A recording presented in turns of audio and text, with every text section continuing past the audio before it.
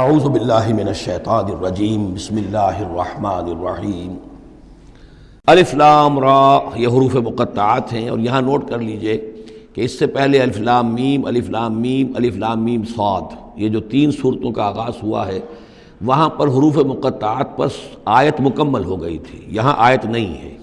اور یہ میں آپ کو بتا چکا ہوں، یہ چیزیں کسی حساب کتاب پر نہیں ہیں، کوئی قاعدہ قانون نہیں ہے، نہ گرامر کا، نہ منطق کا، نہ نحو کا، نہ بیان کا، یہ صرف محمد الرسول اللہ صلی اللہ علیہ وسلم کے بتانے پر موقوف ہیں، ان کو کہتے ہیں توقیفی امور ہیں۔ یہ تلک آیات الکتاب الحکیم، یہ ایک بڑی حکمت بھری کتاب کی آیات ہیں۔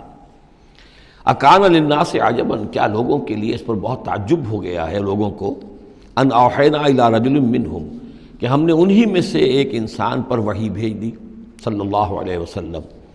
کس لیے بھیجی؟ ان انذر الناس، کہ لوگوں کو خبردار کر دیجئے، وبشر الذین آمنوا، اور اہل ایمان کو بشارت دے دیجئے، ان لہم قدم صدق عند ربہم، کہ ان کے لیے ان کے رب کے پاس بہت اونچا مرتبہ ہے۔ قال الکافرون ان ھذا لساحر مبین، اس پر کافروں نے یہ کہا کہ یہ تو ایک کھلا جادوگر ہے۔ یعنی اس میں کون سے تعجب کی بات تھی؟ اللہ کی قدرت ہے، اللہ کا فیصلہ ہے، اللہ نے انسانوں میں سے ایک کو چنا ہے، پسند کر لیا ہے، اس کے پاس اپنی وحی بھیجی ہے، اسے مامور کیا اس خدمت پر کہ جو صحیح راستہ اختیار کر لیں انہیں بشارت دیجئے، اور جو غلط راستے پر اڑے رہیں ان کو خبردار کر دیجئے۔ وہی لفظ دو، بشیر اور نذیر، یہاں پر بھی آ رہے ہیں۔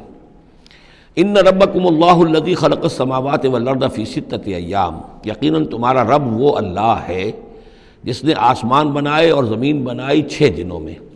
ثم استوى علی العرش، پھر وہ عرش پر متمکن ہو گیا۔ یدبر الامر، اور وہ تدبیر کرتا ہے اپنے معاملے کی۔ یہ میں نے ایک دفعہ آپ کو بتایا تھا، شاہ ولی اللہ دہلوی رحمۃ اللہ علیہ کی شرح آفاق کتاب ہے حجت اللہ البالغہ، اور اس کا جو پہلا باب ہے تو اللہ تعالیٰ کے 3 افعال کا انہوں نے اس پر بحث کی ہے۔ ایک اللہ تعالیٰ کا فعل ہے ابداع، کریشن ایکس نہیلو، عدم محض سے کسی شے کو وجود بخشنا۔ ایک ہے خلق، کسی شے سے دوسری شے بنانا۔ تیسرے تدبیر، یدبر الامر، اب اس میں تدبیر فرما رہا ہے، اس کے اپنے نقشے ہیں، اپنی پلاننگز ہیں، اپنی مشیت ہے، اس کے مطابق اس نظام کو چلا رہا ہے۔ ما من شفیع الا من بعد اذن، نہیں ہے کوئی بھی شفاعت کرنے والا مگر اس کی اجازت کے بعد۔ اب یہاں وہی سورہ بقرہ میں جو آیت الکرسی میں آیا تھا استثناء کے ساتھ شفاعت کا اثبات، وہ یہاں بھی ہے۔ ذالکم اللہ ربکم، وہ ہے اللہ تمہارا رب، تمہارا مالک، تمہارا آقا، فاعبدوہ، پس اسی کی بندگی کرو، اسی کی پرستش کرو۔ افلا تذکرون، تو کیا تم نصیحت اخذ نہیں کرتے، دھیان نہیں کرتے؟ الیہ مرجعکم جمیعا، تم سب کا لوٹنا اسی کی جانب ہے۔ وعد اللہ حقا، اور یہ وعدہ ہے اللہ کا پکا، سچا، پختہ۔ انہ یبدأ الخلق ثم یعیدہ، وہی ہے کہ جو پہلے پیدا کرتا ہے خلق کو پھر وہ اعادہ کر دے گا۔ یعنی یہ کہ اگر پہلی مرتبہ پیدا کرنا اس کے لیے مشکل نہیں تھا تو دوسری مرتبہ کرنا کیوں مشکل ہو جائے گا؟ یہ تو بڑی معقول بات ہے۔ کسی بھی کام کو کرنا پہلی مرتبہ زیادہ مشکل ہوتا ہے، دوسری مرتبہ کرنا آسان ہوتا ہے۔ لہذا جب کہ اس نے پیدا کیا ہے تو کیوں نہیں وہ دوبارہ پیدا کر دے گا؟ لیجزی الذین آمنوا، اور وہ دوبارہ اس لیے پیدا کرے گا تاکہ وہ جزا دے اہل ایمان کو، جنہوں ایمان لائے، وعملوا الصالحات، اور جنہوں نے اچھے عمل کیے، بالقسط، انصاف کے ساتھ۔ ان کی جو بھی خدمتیں ہیں، ان کی جو بھی انہوں نے ایثار کیا ہے، جو اللہ کے دین کے لیے، اللہ کے لیے جو مشقتیں جھیلی ہیں، جو قربانیاں دی ہیں، ان کی پوری قدردانی ہو، قدر افزائی ہو، ان کو خلعتیں دی جائیں، انہیں نوازا جائے۔ والذین کفروا، اور جو لوگ کہ کفر کریں، لہم شراب من حمیم، ان کے لیے پینے کے لیے ہوگا کھولتا ہوا پانی، وعذاب علیم، اور دردناک عذاب ہوگا، بما کانوا یکفرون، اس کفر کی پاداش میں جو وہ کرتے رہے۔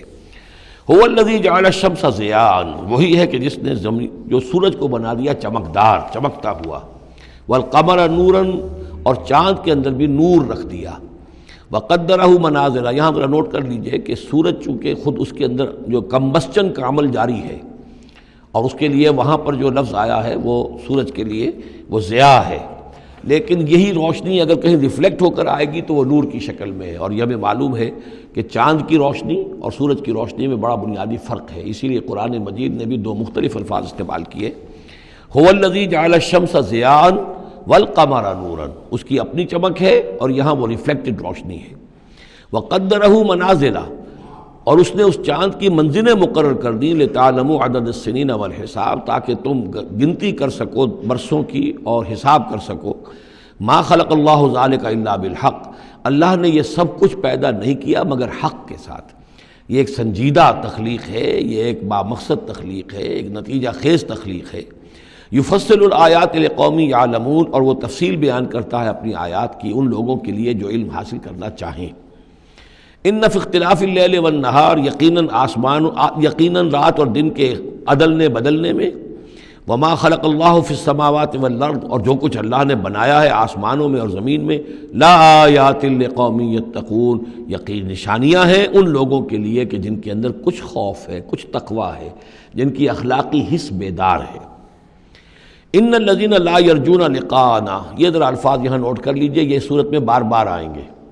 ان الذین لا یرجون لقاءنا، بے شک وہ لوگ کہ جو ہم سے ملاقات کے امیدوار نہیں ہیں۔ یہ اصل میں خاص جو ہے نفسیاتی کیفیت کی طرف اشارہ کیا جا رہا ہے کہ انسان اگر ذرا غور کرے تو یہ انسانی زندگی جو دنیا میں ہم گزارتے ہیں وہ کیا ہے؟ عمر دراز مانگ کے لائے تھے 4 دن، 2 آرزو میں کٹ گئے، 2 انتظار میں۔ یہ عمر جتنی بھی ہوتی ہے کچھ حصہ جو ہے وہ شروع کا وہ ناسمجھی میں گزر گیا، بچپن کا کھیل کود ہے وہ نکل گیا، ابھی شعور آیا ہی تھا، جوانی آئی، طاقت آئی کہ کچھ ہی عرصے کے بعد بڑھاپا طاری ہو گیا، کہ لا یعلم من بعد علم شیئا۔ تو کیا بس زندگی یہی زندگی ہے؟ اور کیا اسی کے لیے انسان کو اشرف المخلوقات کہا جائے؟ اس زندگی کا مقصد کیا ہے؟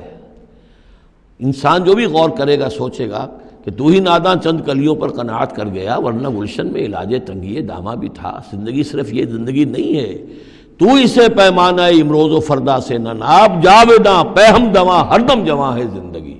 یہ زندگی تو بڑی طویل ہے، بہت طویل ہے۔ انسان اشرف المخلوقات ہے۔ یہ تو عارضی سا ایک وقفہ ہے، اللہ تعالیٰ نے ہمارا امتحان لینے کے لیے خلق الموت والحیاۃ لیبلوکم ایکم احسن عملا۔ اصل زندگی جو ہے وہ تو بڑی طویل ہے، اصل زندگی وہ ہے ان الدار الآخرۃ لہی الحیوان لو کانوا یعلمون۔ اصل میں تو آخرت کا گھر جو ہے وہ ہے اصل زندگی، کاش کہ انہیں معلوم ہوتا۔ لیکن کچھ لوگ ہوتے ہیں جن کے ذہن اتنے محدود ہیں، جن کی سوچ اتنی محدود ہے، جن کا افق ذہنی جو ہے اس قدر تنگ ہے کہ وہ اس پر بھی مطمئن ہیں، ریجھے ہوئے ہیں اس زندگی کے اوپر، مطمئن ہیں، لگے ہوئے اسی میں، مگن ہیں اسی میں، بلکہ کہنا چاہیے گم ہو گئے اسی میں۔ کافر کی یہ پہچان کے آفاق میں گم ہے، اور مومن کی یہ پہچان کے گم اس میں ہے آفاق۔ تو ان الذین لا یرجون لقاءنا، وہ لوگ جو ہم سے ملاقات کے امیدوار ہی نہیں، ورضوا بالحیات الدنیا، اور وہ دنیا کی زندگی پر راضی ہو گئے، مطمئن ہو گئے، واطمأنوا بها، اس پر مطمئن ہو گئے، والذین هم عن آیاتنا غافلون، اور جو ہماری آیات سے غافل ہیں، دیکھتے ہی نہیں۔ کھول آنکھ زمین دیکھ، فلک دیکھ، فضا دیکھ، کس کو موقع ملتا ہے؟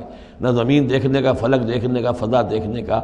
آدمی اپنے چکروں میں، اپنے ہی معاش کے دھندوں کے اندر اس طریقے سے مصروف ہوتا ہے کہ آفاقی یا انفسی آیات کی طرف توجہ کرنے کا وقت ہی نہیں ملتا۔ اولئک مأواہم النار، یہ وہ لوگ ہیں کہ جن کا ٹھکانہ آگ ہے۔ بما کانوا یکسبون، اس اپنی کمائی کی بدولت کی جو وہ کر رہے ہیں۔ ظاہر بات ہے کہ جب نہ اللہ کی طرف دھیان ہے نہ آخرت کا دھیان ہے تو پھر کیا کریں گے؟ بابر بیش کوش کی عالم دوبارہ نہیں۔ حلال سے، حرام سے، جائز سے، ناجائز سے جس طرح بھی کوئی جھوٹی مسرت حاصل کی جا سکے، کوئی عارضی سی خوشی حاصل کی جا سکے، کوئی دل کو بہلانے کے لیے کوئی کھلونے حاصل کیے جا سکے، آدمی اسی میں لگا رہے گا۔ ان الذین آمنوا وعملوا الصالحات یہدیہم ربہم بایمانہم، یقیناً وہ لوگ جو ایمان لائے اور جنہوں نے نیک عمل کیے ان کو ہدایت دے گا ان کا رب ان کے ایمان کے ذریعے یا ان کے ایمان کے باعث، ان کو پہنچا دے گا کہاں؟ تجری من تحتہم الانہار، ان کے نیچے نہریں بہتی ہوں گی، فی جنات النعیم، نعمتوں والے باغات میں۔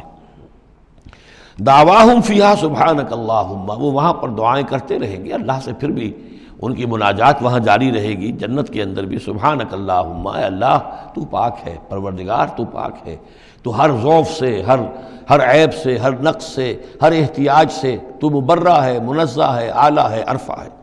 تحیتہم فیہا سلام، اور آپس میں اہل جنت ایک دوسرے کو گریٹنگز کرتے رہیں گے، سلام، قیلاً سلاماً سلاما، سلام سلام ہی کی ہر طرف سے آوازیں آئیں گی۔